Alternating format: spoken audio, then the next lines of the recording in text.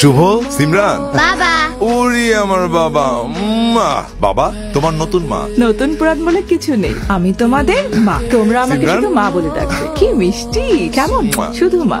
আমাদের সুখী পরিবার। হ্যাঁ চলো জামিসটা দাও। নে ভাই খা। আমি তোমার হাতে খাবো না, আমি মায়ের হাতে খাবো। অবশ্যই মায়ের হাতে খাবে, এসো হা করো। শোনো, মাকে একদম বিরক্ত করবে না। আমি 2-3 দিন থাকবো না, একদম লক্ষ্মী হয়ে থাকবে, ঠিক আছে?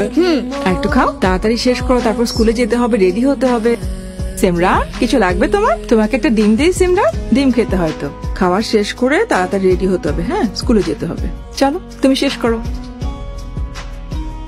কেমন লাগে একা একা বসে থাকতে? খুব খারাপ। এত পড়তে হয় কেন?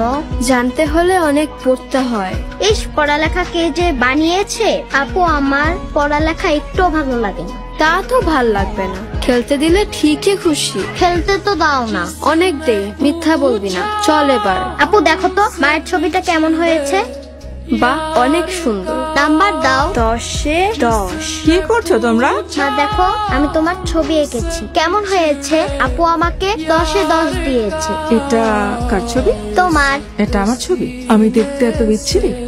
আর এই বিচ্ছিরি ছবির জন্য তুই ওকে 10-এ 10 দিয়েছিস? মা, আপু।